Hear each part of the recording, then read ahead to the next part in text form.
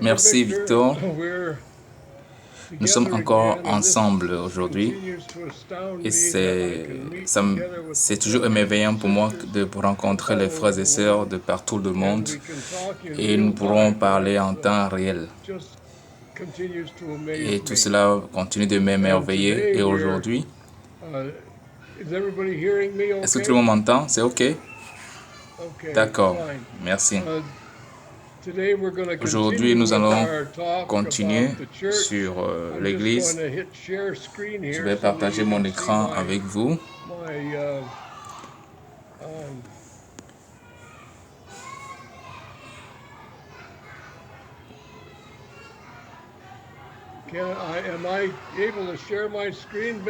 Victor, est-ce que je peux partager mon écran?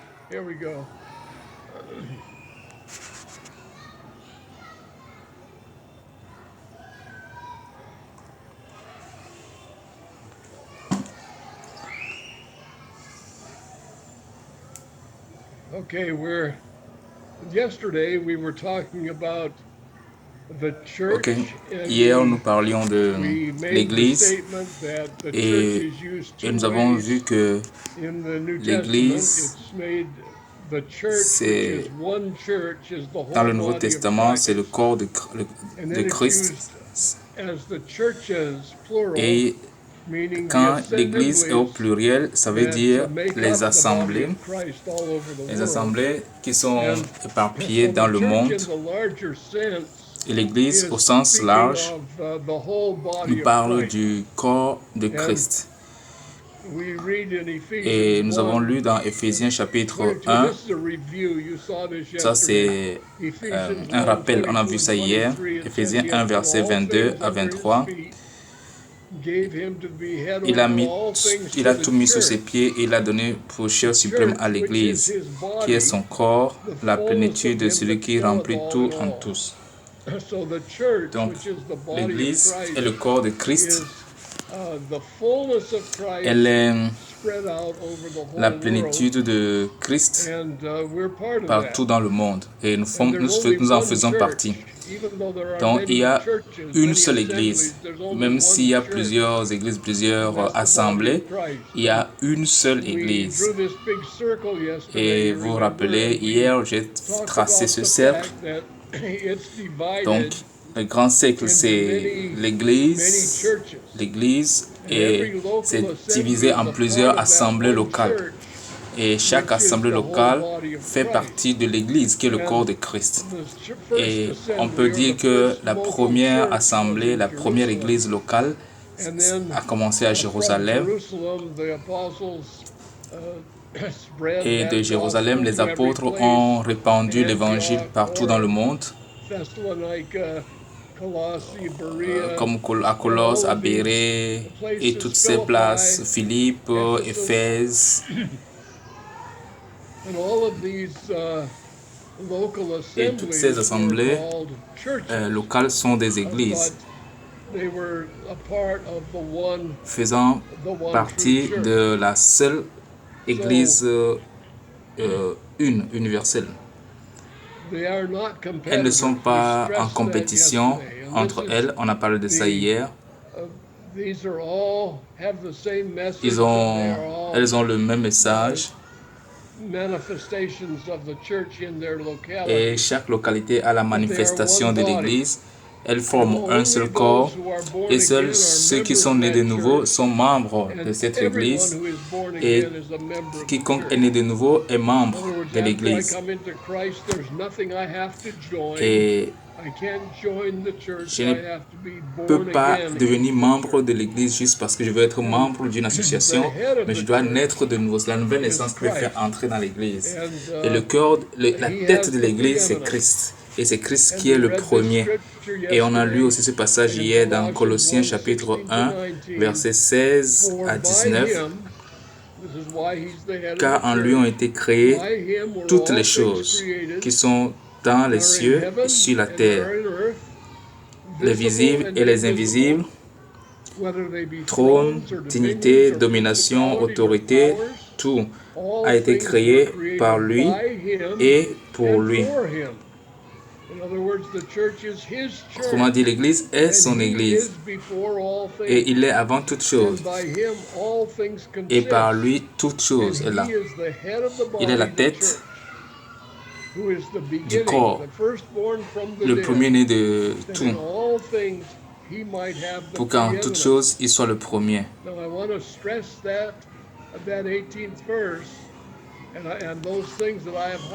Donc, il y a des choses que j'ai surlignées, comme dans le verset 18, il est la tête du corps de l'Église et le commencement, le premier-né entre les morts, afin d'être en tout le premier.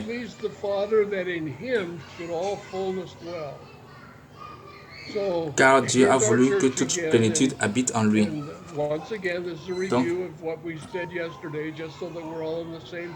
Donc, nous sommes en train de faire un rappel de ce que nous avons vu hier. Donc, le centre de l'Église, c'est Dieu et c'est Christ. Paul dit quoi? Je ne désire rien connaître au milieu de vous, en dehors de Jésus-Christ, Jésus-Christ crucifié. Donc, j'ai mis la croix comme symbole du Seigneur Jésus-Christ. Donc, il est le centre de tout. Il est le centre de la doctrine, de l'enseignement, de tout. C'est Jésus-Christ.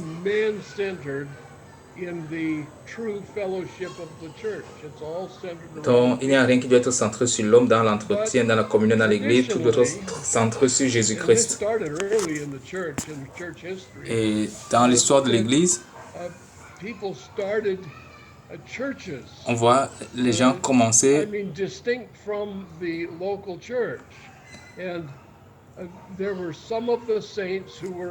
Les gens commençaient l'Église totalement, d'une manière totalement différente de l'Église au début,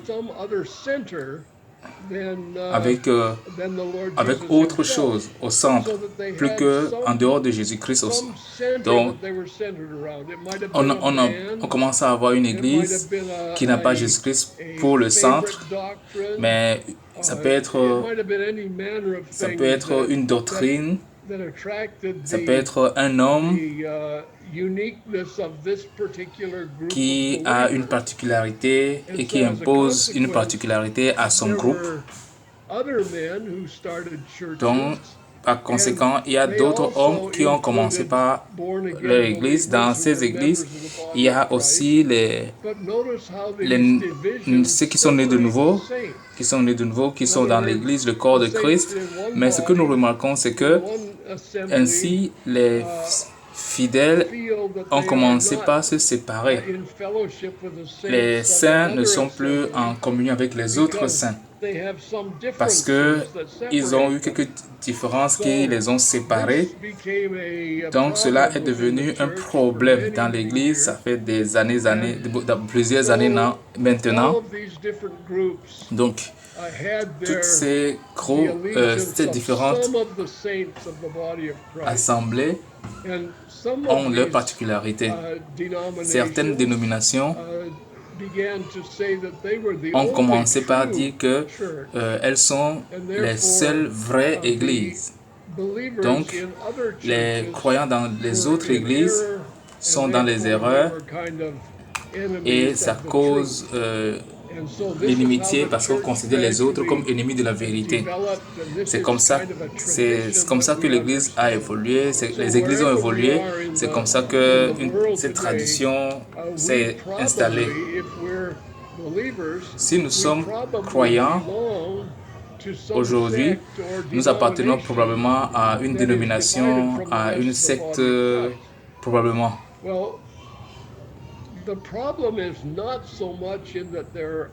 Le problème n'est pas vraiment au fait qu'il y ait ces différents groupes.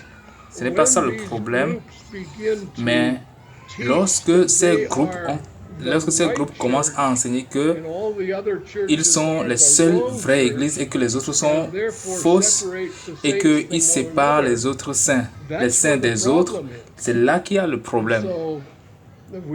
Donc, nous reconnaissons que si je suis dans un de ces groupes, et la plupart des chrétiens appartiennent chacun à un groupe, Donc je dois reconnaître que je dois être sûr que je ne participe pas à une erreur. On ne se connaît pas, on ne sait pas, on ne doit pas se connaître selon les groupes auxquels nous appartenons, mais nous nous connaissons parce que nous appartenons à Christ.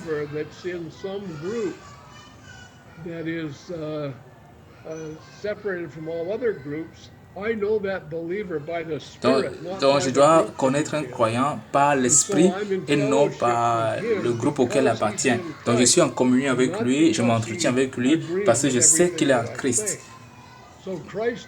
Donc Christ doit être au centre de notre communion, de notre entretien.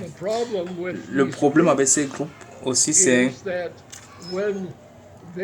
lorsqu'ils recrutent les gens, ils les recrutent pour leur église. Donc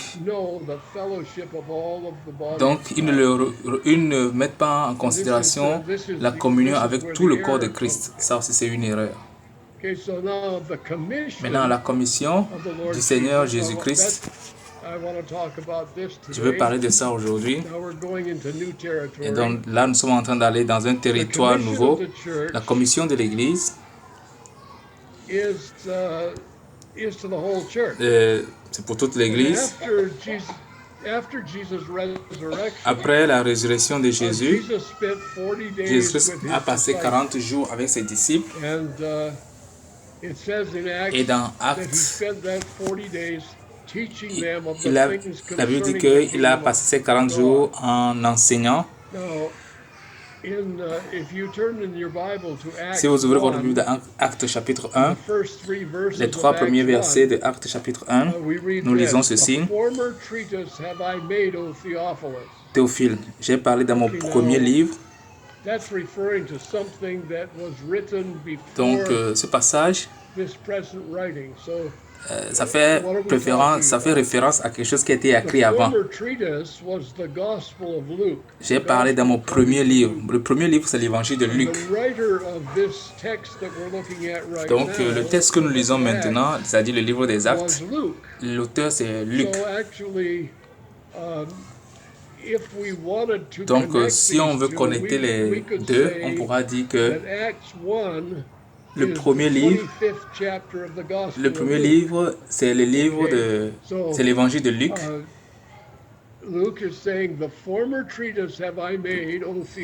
Luc dit, Théophile, j'ai parlé dans mon premier livre. Théophile, c'est un nom grec. Donc, ce témoin doit être un officier. Donc, c'est à lui que Luc est en train d'écrire. Son nom veut dire Théophile, qui veut dire ami de Dieu. Théophile. Et je peux aussi dire que nous qui sommes amis de Dieu, nous pouvons recevoir cette parole comme la nôtre. Luc dit, j'ai parlé dans mon premier livre de tout ce que Jésus a commencé de faire et d'enseigner dès le commencement. Et ça, c'est intéressant parce qu'il y a ce que Jésus a commencé de faire et d'enseigner. Ça veut dire qu'il a commencé, mais ce n'est pas fini. Nous savons que le travail du salut, le travail de la rédemption est fini. Parce que dans Jean 19, verset 30, sur la croix, Jésus a dit, tout est accompli. Ça, ce sont ses dernières paroles, tout est accompli. Donc, tout ce que Jésus a fait sur la croix pour nous racheter est fini. Il a tout fait sur la croix. Maintenant, il y a ici quelque chose que Luc a commencé de faire dès le commencement jusqu'au jour où il fut enlevé au ciel et après avoir donné ses ordres par le Saint-Esprit aux apôtres qu'il avait choisis. Après qu'il eut souffert, il leur apparut vivant. Il leur en donna plusieurs preuves, se montrant pendant eux se montrant plutôt à eux pendant 40 jours et parlant des choses qui concernent le royaume de Dieu. Un jour, j'allais à l'évangélisation, j'ai rencontré un monsieur et un monsieur il m'a dit, ah, personne n'est revenu de la mort pour me dire si vraiment ce que vous dites là est vrai. Donc, l'éternité dont vous parlez là, je ne suis pas sûr parce que personne d'entre les morts n'est venu nous confirmer cela. Je lui ai dit non, tu te trompes. Il y a quelqu'un qui est revenu de la mort. Toutes les informations que nous avons sur le royaume des cieux viennent de celui-là qui est mort et qui est ressuscité.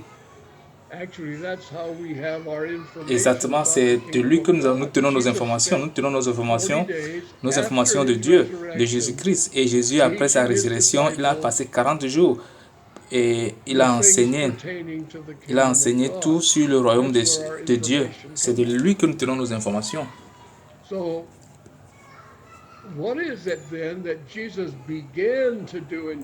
Alors, qu'est-ce que Jésus a commencé de faire? Il a fini le travail de la rédemption. Alors, ce qu'il a commencé de faire, d'enseigner, c'est propager la nouvelle du travail de la rédemption, qui est l'évangile, propager l'évangile. C'est ça qu'il a commencé à faire lorsqu'il était dans son corps, sur la terre, et c'est ce que son corps doit continuer de faire. Alors, il a promis la puissance. Lorsque nous voyons Actes chapitre 1 à partir du verset 8, avant que Jésus ne monte au ciel, il a dit à ses disciples, « Mais vous recevrez une puissance, le Saint-Esprit survenant sur vous, et vous serez mes témoins à Jérusalem, dans toute la Judée, dans la Samarie et jusqu'aux extrémités de la terre. »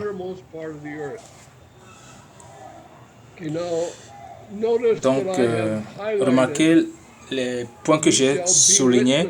Vous serez mes témoins. Et aussi, il y a un mot en anglais, both.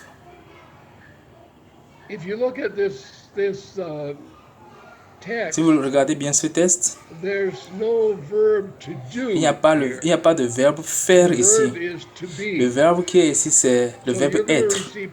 Vous recevrez une puissance, le Saint-Esprit surviendra sur vous, et vous serez. Il y a très longtemps, quand j'ai commencé à mémoriser les Écritures, je croyais que j'allais recevoir une puissance et après je vais faire quelque chose quand je vais recevoir cette puissance. Il y a quand même une part de vérité dedans, mais en réalité, il ne nous dit pas ce qu'on va faire ici dans ce passage. Il nous dit ce que nous serons. Faire, c'est quelque chose qui est ponctuel. On le fait ici maintenant et après on le fait après, on le fait plus tard. Mais être, c'est un état continuel. Donc le Saint-Esprit surviendra sur vous et vous serez.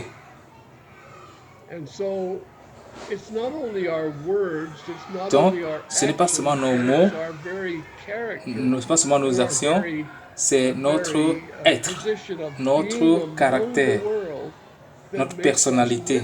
C'est notre être dans le monde qui fait de nous les témoins de Jésus-Christ. C'est vrai, on ne peut pas témoigner sans parler et sans agir, mais nos parler et nos actes sont valables lorsque nous sommes la chose. Paul a dit, quand nous étions parmi vous et vous avez vu comment nous avons vécu au milieu de vous, vous avez vu qui nous sommes. Donc c'est très important de reconnaître que la puissance du Saint-Esprit, lorsque elle vient, cette puissance, c'est pour que nous soyons quelque chose. Nous soyons quelque chose aussi bien que faire quelque chose. Alors, il dit, vous serez mes témoins à Jérusalem, dans toute la Judée, dans la Samarie. Donc, c'est bien mentionné en anglais qu'il n'a pas dit premièrement à Jérusalem et après à la Judée.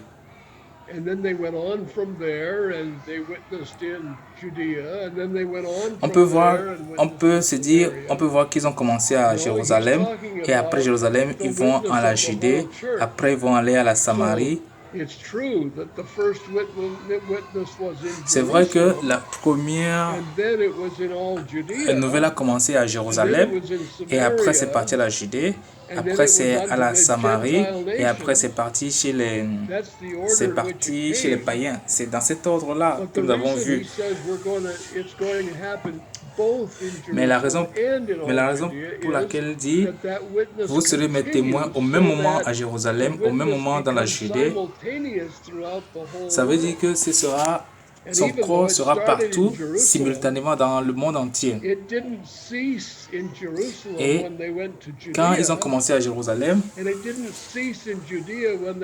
le témoignage n'a pas cessé à Jérusalem avant qu'il n'aille en Judée. Ça n'a pas cessé en Judée avant qu'il n'aille en Samarie. Donc ça veut dire que pendant qu'ils allaient dans les autres villes, le témoignage était toujours à Jérusalem, en Judée, permanemment. C'est ça ce que on a l'Église partout aujourd'hui dans le monde. Donc, nous reconnaissons cela, que c'est réel. Nous sommes l'Église, nous sommes les témoins et simultanément, nous portons le témoignage de l'Évangile de Christ devers toutes les nations du monde entier. Et aujourd'hui, nous voilà sur Zoom et nous sommes le témoignage de les attitudes de cette prophétie de Actes chapitre 1 verset 8. Mais vous recevez une puissance et cet esprit survenant sur vous.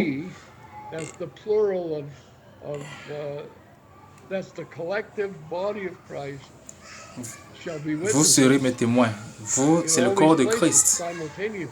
Simultanément à Jérusalem, dans toute la Judée.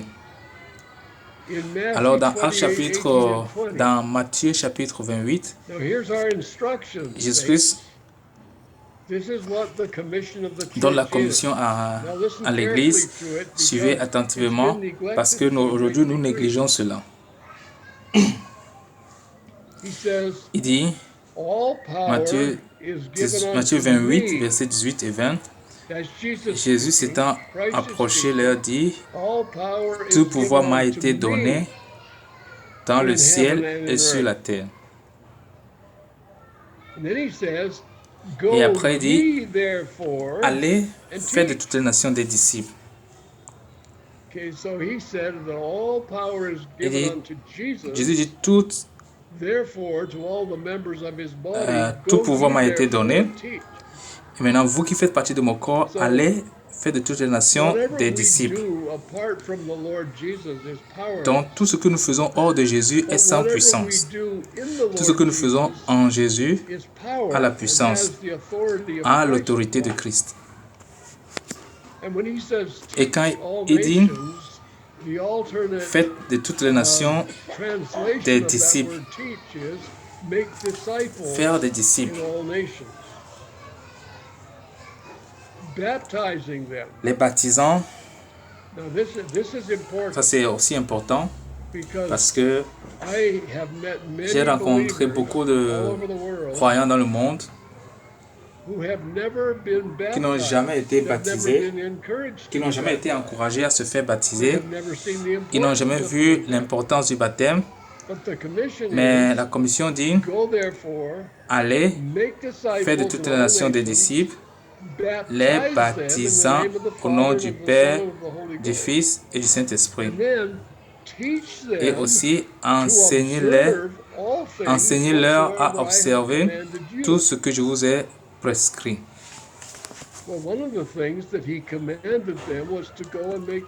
Donc, une des choses qu'il leur a demandé de faire, c'est de faire des disciples. Donc, lorsque vous sortez prêcher l'Évangile, que ce soit moi ou vous, n'importe qui, lorsque vous sortez pour l'évangélisation, premièrement, vous prêchez la vérité du Seigneur Jésus-Christ, l'évangile, sa mort, son ensevelissement et sa résurrection. C'est ça l'évangile. C'est ce que nous devons enseigner. Et nous les amenons à la repentance. Lorsqu'ils arrivent à la repentance et à la foi, en ce moment, nous pouvons les baptiser au nom du Père, du Fils et du Saint-Esprit. Et après leur baptême, nous leur enseignons à observer tout ce qu'il nous a prescrit. C'est cette commission que les 11 apôtres ont reçue et c'est ça qu'ils ont transmis de génération en génération. Donc, nous ne sortons pas pour planter les églises. Ça, c'est ce que nous faisons aujourd'hui. C'est ça qui a remplacé faire les disciples. Donc, c'est faire les disciples. La commission était de faire des disciples. Et il a ajouté, « Voici, je suis avec vous tous les jours jusqu'à la fin du monde. » Donc, lorsque nous lui obéissons, lorsque nous obéissons à la commission que le Seigneur Jésus nous donne, nous faisons des disciples et il est avec nous.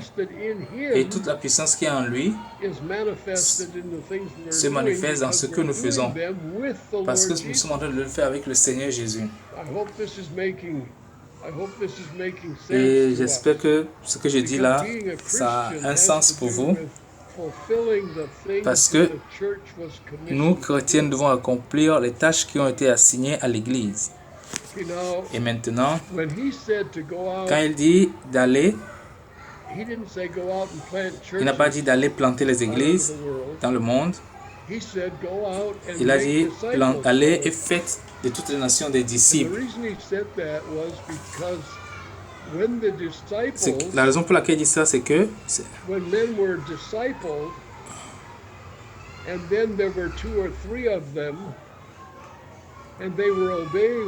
lorsque les disciples obéissent à ce que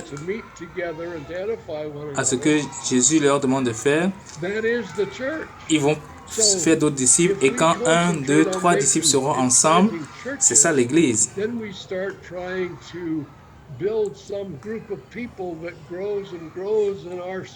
Lorsque nous commençons par faire grandir les membres et que les gens sont de grandir, nous commençons par se faire des membres et on voit cela comme le succès. Mais la Bible dit allez faire de toutes les nations des disciples et les disciples vont se multiplier. Et les disciples vont se rencontrer. C'est ça l'Église.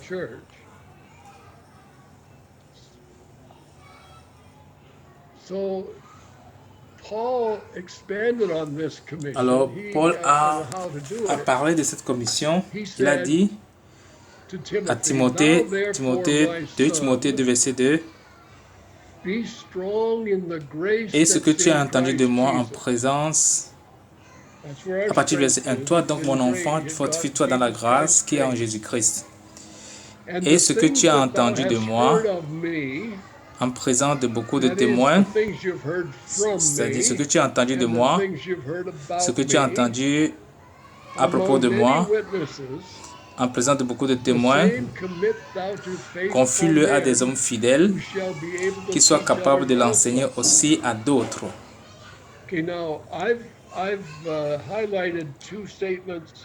J'ai souligné 2 expressions dans ce texte. Confie-le à des hommes fidèles.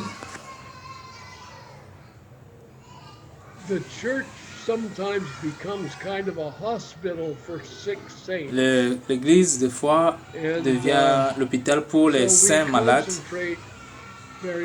Donc, nous nous concentrons plus souvent sur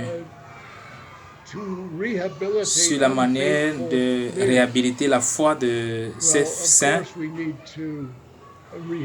C'est vrai, on doit réhabiliter leur foi, mais notre concentration ne doit pas seulement être sur eux.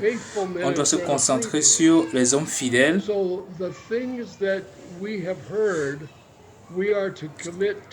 Comme ça, nous confions ce qu'on a entendu à ces hommes fidèles. Et lorsque nous confions cela à ces hommes fidèles, on les met dans une position où ils sont capables de l'enseigner aussi aux autres. C'est ce que nous tous devons faire. Nous prêchons l'évangile. Et parmi ceux qui viennent à Christ, on trouve les hommes fidèles. Nous nous concentrons sur eux. Nous leur démontrons ce qu'est la vie chrétienne. Nous leur montrons la vie chrétienne. Nous leur enseignons la parole. Nous les prenons avec nous lorsque nous allons prêcher l'évangile.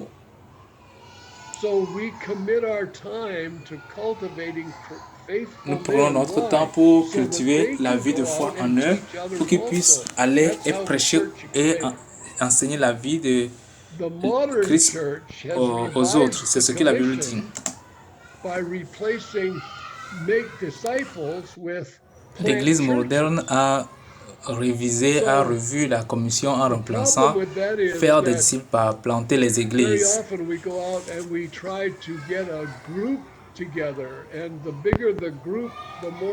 Donc, le problème avec ça, c'est que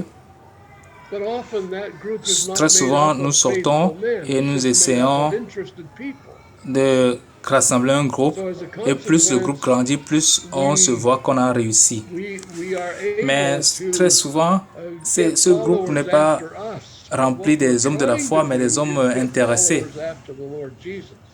Et par conséquent, nous sommes capables d'avoir les suiveurs, mais on a peu qui suivent Jésus-Christ. Et la plupart qui nous suivent, à moins que cela se transforme en suivre Jésus-Christ, cela ne sert à rien, ça n'a pas de sens. Donc, nous ne pensons pas à planter les églises, mais c'est faire des disciples. Donc, c'est faire des disciples et non planter les églises. Disons, Timothée ici, non, plutôt disons vous. Donc, Paul est en train de parler à Timothée, mais disons que c'est à vous qu'il est en train de s'adresser. Donc, vous pouvez mettre votre nom ici. Donc, vous allez enseigner à des hommes fidèles sur une période de temps, disons, prenons juste un an. Donc, en un an, vous allez prêcher l'évangile au Ghana, ou au Kenya, ou en Australie, ou au Mexique. Et vous avez partagé la parole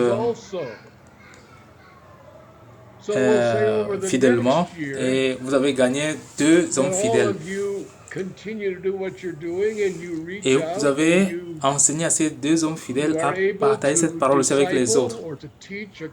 Alors l'année prochaine, vous avez continué à faire cette commission. Vous formez les disciples, vous enseignez. Vous faites cela pour un an, et encore un an après, ces fidèles hommes aussi, à leur tour, enseignent. Donc, on est parti de 1 à 2, de 2 à 4, et de 4 à 8. Ça vous a pris 3 ans pour arriver là-bas.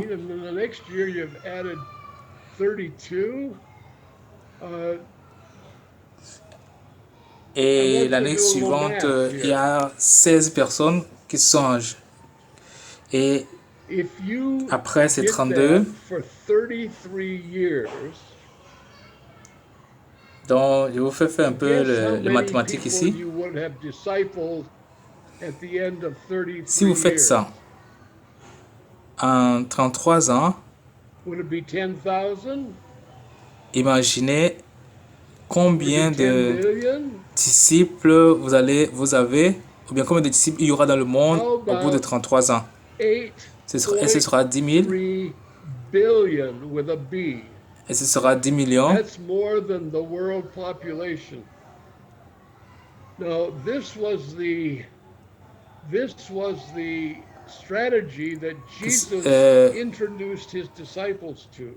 Si on prend 8 milliards de personnes, c'est plus que la population du monde. Ça c'est la stratégie que Jésus a donnée à ses disciples.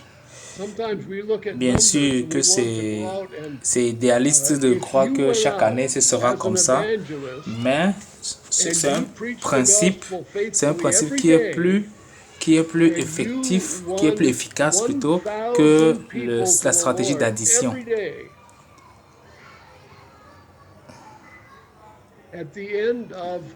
Lorsque vous sortez comme évangéliste et vous prêchez l'évangile chaque jour, et que vous gagnez 1000 personnes au Seigneur chaque jour,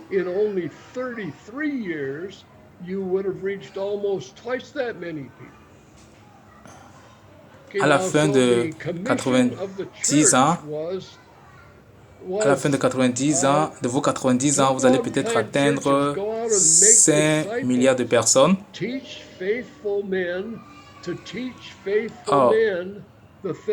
Or, si vous utilisez la stratégie de Jésus-Christ, en 33 ans, vous allez faire le double de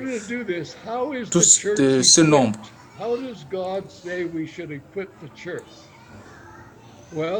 Donc, la commission de Jésus, c'est aller faire des disciples et enseigner des hommes fidèles, confiez-leur des choses que Jésus-Christ vous a enseignées.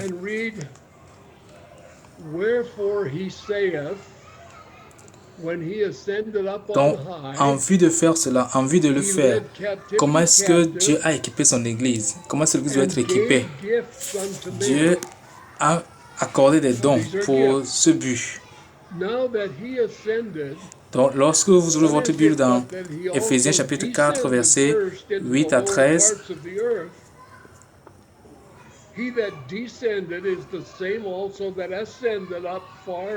Éphésiens chapitre 4, verset 8, c'est pourquoi il est dit, étant monté en haut, il a emmené des captifs et il a fait des dons aux hommes.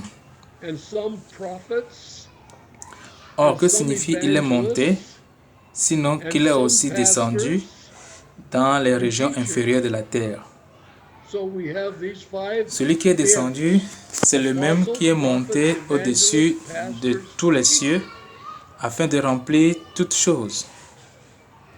Et il a donné les uns comme apôtres, les autres comme prophètes, les autres comme évangélistes, et les autres comme pasteurs et docteurs.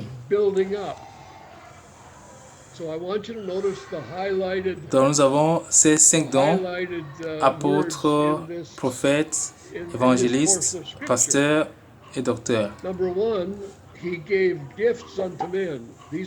Pourquoi il a donné ces choses? Pour le perfectionnement des saints en vue de l'œuvre du ministère et de l'édification du corps de Christ. L'édification veut dire construire. J'ai surligné certaines expressions, certains mots dans cette portion de l'Écriture. Il a fait des dons aux hommes. Il y a 5 apôtres. Apôtre veut dire envoyé.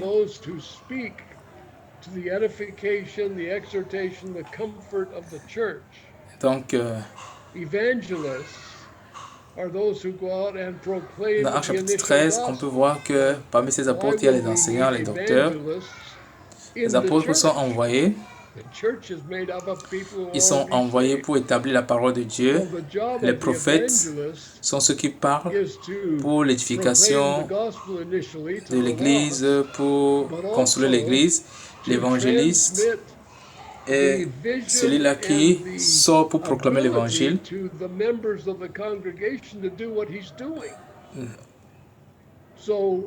On a besoin, pourquoi avons-nous besoin de l'évangéliste dans l'Église?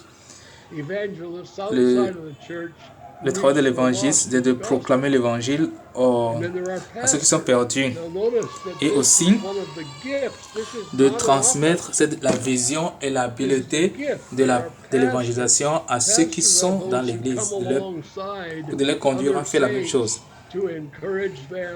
Donc l'évangéliste dans l'Église enseigne aux saints comment évangéliser, comment atteindre les âmes perdues. Il y a les pasteurs et souvenez-vous que ce n'est pas, c'est un don, ce n'est pas une fonction.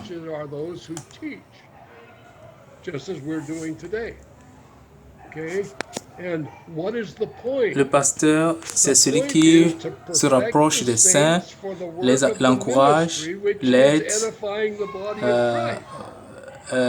bande ses plaies, s'occupe de ses blessures. Et on a plusieurs qui ont ce don dans l'Église. Et il y a aussi les docteurs. C'est clairement ce qui enseigne. C'est ce que nous sommes en train de faire aujourd'hui. Alors quel est le point? Pour quel objectif? C'est pour le perfectionnement des saints en vue de l'œuvre du ministère de l'éducation du corps de Christ. Et c'est ce que nous soyons tous parvenus à l'unité de la foi. Donc ainsi, tout le monde dans l'Assemblée va parvenir à cette position où il sera efficace. Il ne sera pas juste un auditeur qui vient s'asseoir et écouter seulement. Il ne sera pas seulement un auditeur, mais il sera un membre de Christ efficace. Et jusqu'à quand on va le faire? Jusqu'à quand ça va durer? Jusqu'à ce que nous soyons tous parvenus à l'unité de la foi et de la connaissance du Fils de Dieu, à l'état d'homme fait, à la mesure de la stature parfaite de Christ. Qu'est-ce que ça implique? Ça implique que nous ne sommes pas encore parvenus à l'unité de la foi. C'est pour cela qu'il y a des gens qui pensent différemment.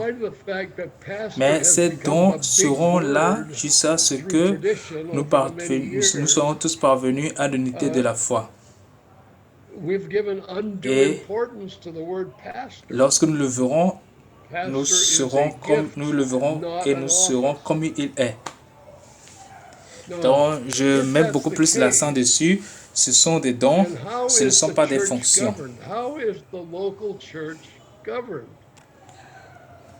Et c'est le seul moment où on voit pasteur dans la version King James de la Bible. Donc, en dehors du fait qu'aujourd'hui, c'est le pasteur qui est devenu le grand travail dans toute l'histoire de l'Église, nous avons donné beaucoup d'importance au mot pasteur. Mais le pasteur, c'est un don. Le pastorat, c'est un don et non une fonction. Si c'est ça le cas, quel est alors... Comment est-ce que l'Église est dirigée? L'Église est dirigée comment? L'Église, on parle de l'Église lorsque les disciples sont ensemble. Dans Matthieu 18, verset 20. La Bible dit, là où 2 ou 3 sont à mon nom, je suis au milieu d'eux. Dans l'Église, c'est quand les disciples sont ensemble. Et lorsque vous vous concentrez à faire des disciples, là où il y aura ces disciples, là où il y aura ces nés de nouveau mis ensemble, c'est l'Église. Faire des disciples ne veut pas dire qu'il sera disciple d'un homme, disciple d'un leader. Non, disciple de Christ. Donc l'Église, c'est quand les disciples sont ensemble. lorsque nous allons planter les églises et que nous rassemblons juste les gens, de nouvelles personnes, qu'ils soient fidèles ou pas, qu'ils soient nés de nouveau ou pas, ils ne sont pas disciples, ils ne sont pas enseignés. Paul and Barnabas. Listen to how they worked. Paul and Barnabas, in the 13th chapter of Acts, Mais là, ça c'est faire le travail à l'envers. On fait les disciples, on confie aux hommes fidèles et qui aussi enseignent à d'autres.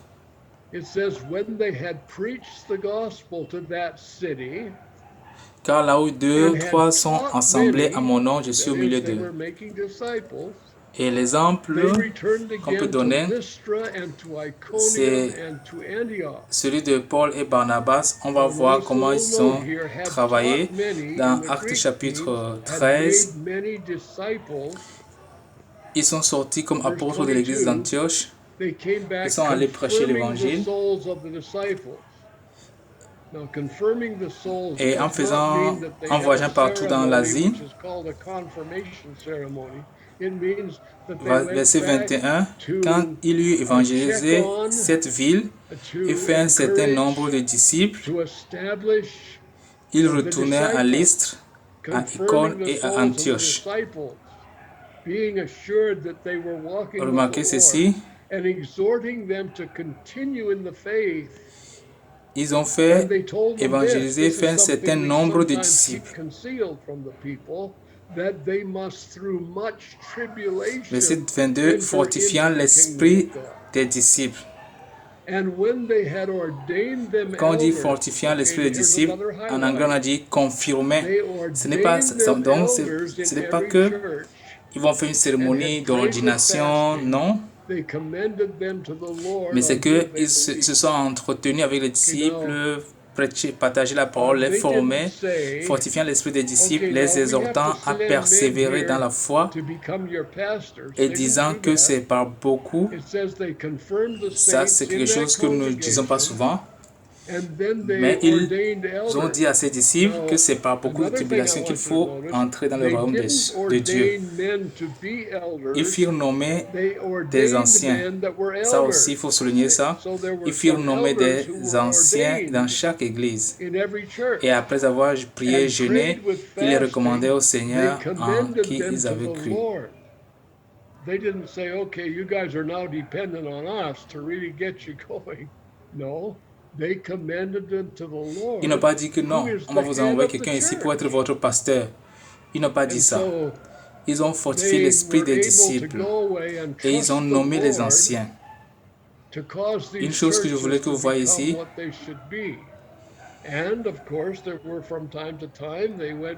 ils n'ont pas ordonné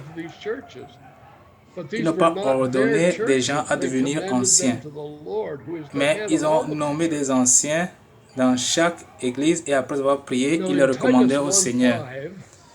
Ils ont dit que, ils n'ont pas dit que non, vous devez continuellement dépendre de nous, c'est nous qui devons vous coacher. Non, ils les ont recommandés au Seigneur en qui ils avaient cru. Alors, ils ont confié cette église entre les mains du Seigneur pour que cette église soit comme Dieu veut. Et de temps en temps, ils pouvaient revenir les fortifier, mais ce n'est pas leur église à titre individuel, mais ils ont confié ces personnes au Seigneur. Dans Tite chapitre 1, verset 5, nous voyons encore plus. Tite est un ouvrier avec Paul, et Paul le dit dans Tite 1, verset 5, « Je t'ai laissé en Crète afin que tu mettes en ordre ce qui reste à régler et que, selon mes instructions, tu établisses des anciens dans chaque ville. » Donc, Tite doit mettre des choses en règle là-bas. Il doit faire quoi? Il doit établir des anciens dans chaque ville. Donc, établir des anciens. Donc, établir ceux qui sont anciens à la position d'évêque, de surveillant.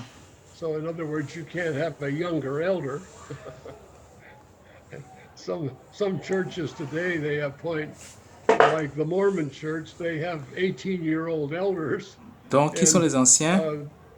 Who don't meet any of the qualifications of the scripture. Les anciens sont des disciples de l'église locale qui répondent à un certain critère, à une certaine qualification. Le terme ancien fait appel à l'âge et à la maturité. Every man should qualify. The only thing he can't control is his age. But every man, from the youngest to the oldest, donc, en d'autres mots, on ne peut pas avoir un ancien jeune. Aujourd'hui, dans certaines églises, comme les Mormons, on a un jeune de 18 ans qui est ancien, qui ne remplit aucun critère, aucune qualification demandée par les Écritures. Les anciens sont quand même un peu âgés et ont une maturité. Et Tite devait établir des anciens dans chaque église. Et je crois que la qualification d'ancien doit être le but de tout homme de l'église. Tout homme doit avoir la qualification d'ancien.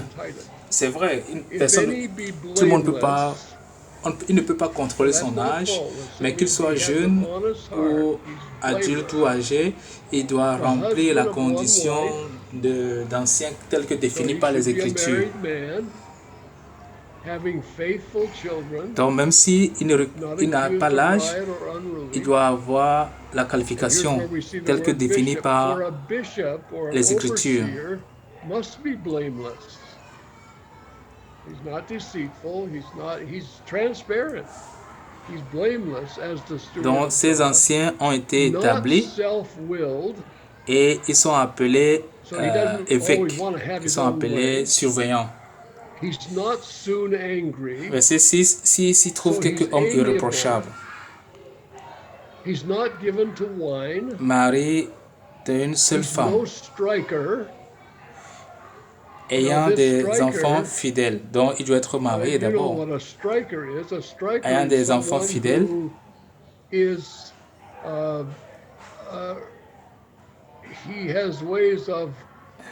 verset 7, car il faut que l'évêque soit irréprochable.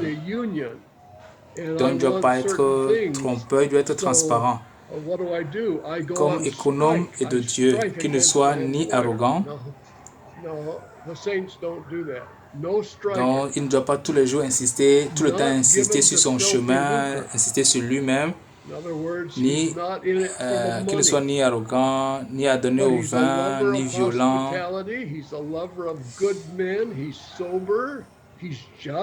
ni violent.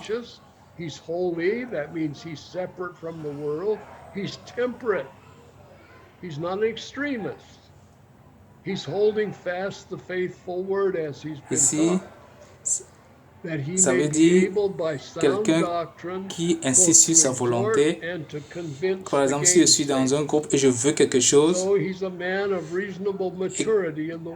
et que les gens ne veulent pas, je vais utiliser de violence, je vais utiliser des méthodes violentes pour pouvoir insister. Il ne doit ni porter à un gain déshonnête. Il doit être hospitalier, ami des gens de bien, modéré, juste, saint, tempérant.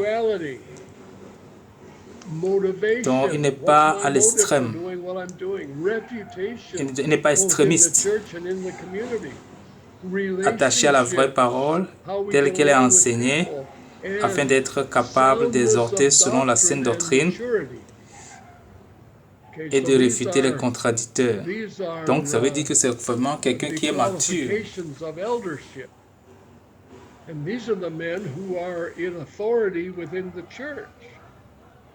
Dans 1 Timothée chapitre 3 aussi, on peut trouver la liste des qualifications là-bas.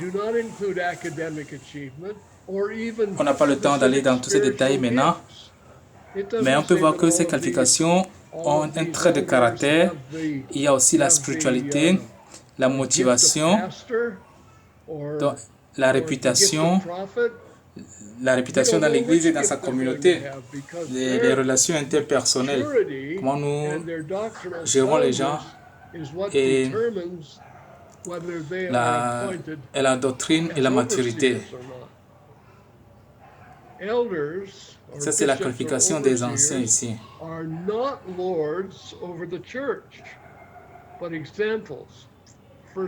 Cela n'a rien à faire avec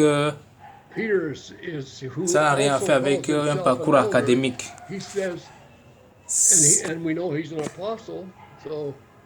Il n'est pas dit que tous ces anciens doivent avoir le don de pasteur ou le don de prophétie.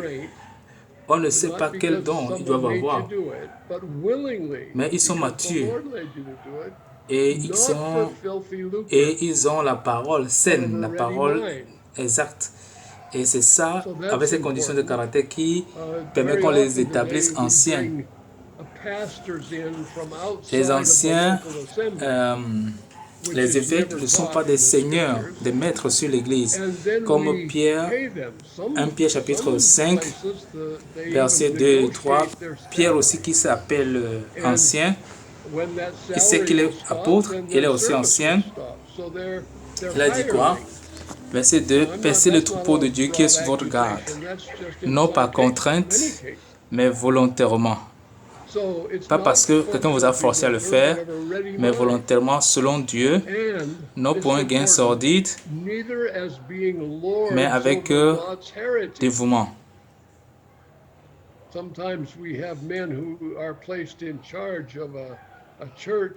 Aujourd'hui, la tendance est de prendre un pasteur ailleurs et de l'envoyer diriger une autre église ailleurs.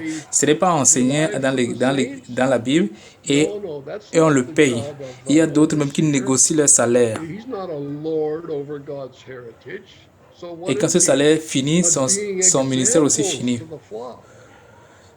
Bon, je ne suis pas en train d'accuser ceux qui le font, mais je trouve que ce n'est pas comme ça dans la Bible.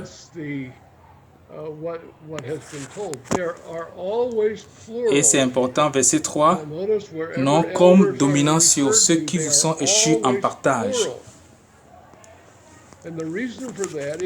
Des fois, nous avons ceux qui sont en charge de l'Église, qui sont comme, ils se conduisent comme des maîtres, des seigneurs, ceux qui managent la vie des saints, ceux qui dirigent la vie des saints. Ce n'est pas comme ça que ça doit être. Il n'est pas le maître, le seigneur sur l'Église. Il est quoi? Il doit être l'exemple.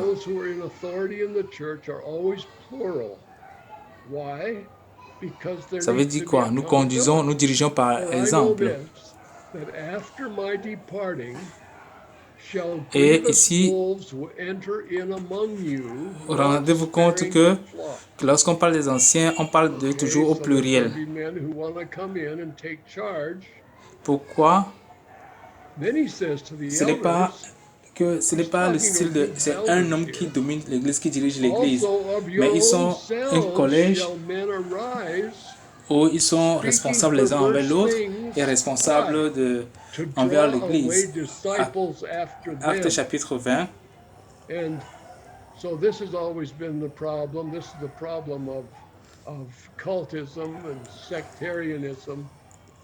Acte chapitre 20, verset 29.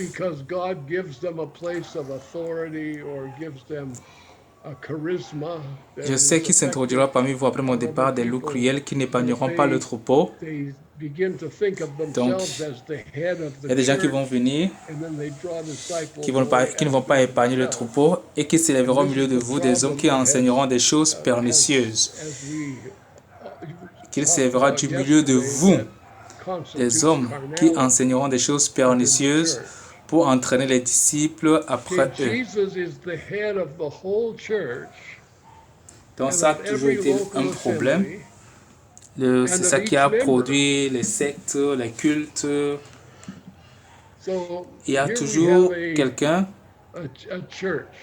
parce que Dieu lui a donné une place d'autorité, parce que peut-être Dieu lui a donné un charisme.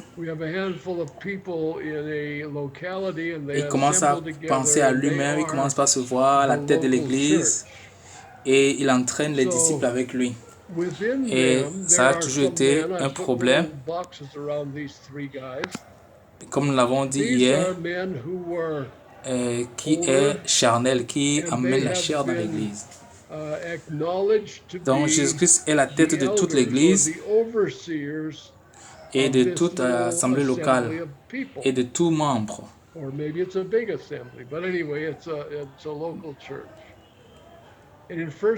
Donc ici nous avons l'église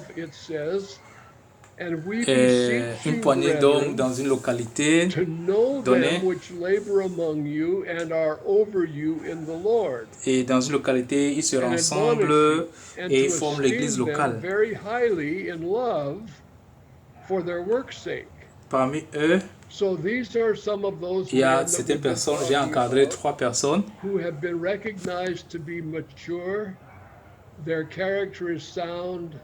c'est ceux qui ont été reconnus ou établis comme anciens, comme évêques sur cette église locale.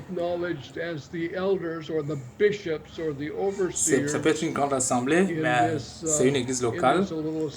Dans 1 Thessaloniciens 5, verset 12, il est écrit: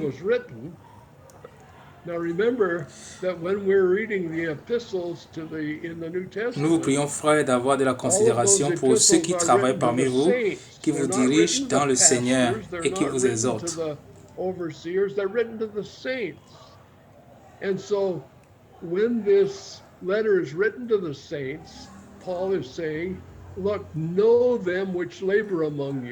Donc, c'est ceux qui sont matures, qui sont irréprochables et ils ont été reconnus comme anciens, comme évêques sur l'assemblée locale. Donc, les saints à qui la lettre a été écrite, souvenez-vous que lorsque nous lisons les épîtres, les épîtres sont écrites aux saints, ce n'est pas aux pasteurs, mais aux saints. Et donc, lorsque cette lettre est écrite aux saints, Paul dit, nous prions, frères, d'avoir de la considération pour ceux qui travaillent parmi vous.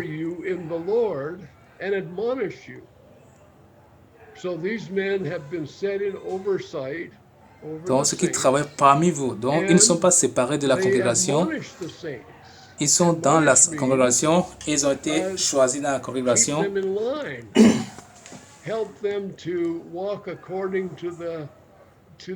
Et Paul dit, il faut avoir de la considération pour eux. Donc, ça veut dire que si un étranger entre dans cette assemblée, il ne saura pas qui est ces anciens. Nous vous prions, frères, d'avoir de la considération pour ceux qui travaillent parmi vous et qui vous dirigent dans le Seigneur. Ils vous dirigent. Ils vous exhortent. Exhorter veut dire, il vous prodigue l'ordre que le Seigneur demande. Il vous conseille. Il vous conseille sur comment Dieu voudrait que vous vivez. Ayez pour eux beaucoup d'affection. Ayez pour eux beaucoup d'affection à cause de leur œuvre. Soyez en paix entre vous. Hébreux chapitre 13, verset 17 dit, je crois que c'est Paul qui a écrit Hébreux. Peu importe qui a écrit Hébreux, mais l'auteur de Hébreux dit ceci, quoi. Obéissez à vos conducteurs et ayez pour de la déférence.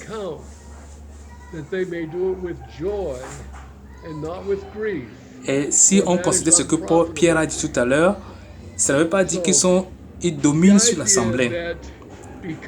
Ils ont l'autorité de diriger, d'instruire, mais ce n'est pas de manager personnellement, de manager la vie des fidèles,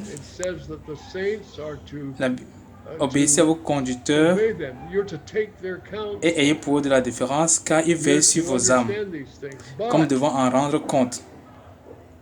Qu'il en soit ainsi, afin qu'ils le fassent avec joie et non comme en gémissant.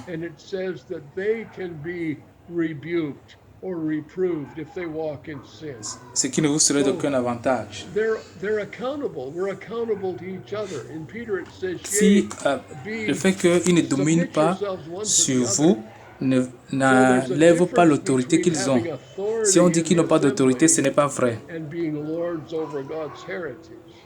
Les saints doivent l'obéissance et recevoir leurs conseils. Mais si on va dans les détails, ces hommes aussi, ces anciens aussi sont sous l'autorité de la parole. Et la parole peut les reprocher, peut les exhorter. Donc on peut leur adresser des exhortations. C'est pour cela qu'il dit quoi? Soumettez-vous les uns aux autres. Donc, il y a une différence entre avoir l'autorité dans l'Assemblée et dominer sur l'Assemblée.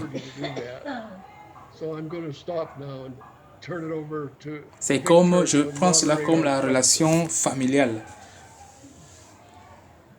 Le père a l'autorité et la responsabilité sur la famille et son travail, c'est de faire grandir les enfants de la famille. Donc, nous allons arrêter ici et prendre des questions ou des commentaires. Ok. Wow.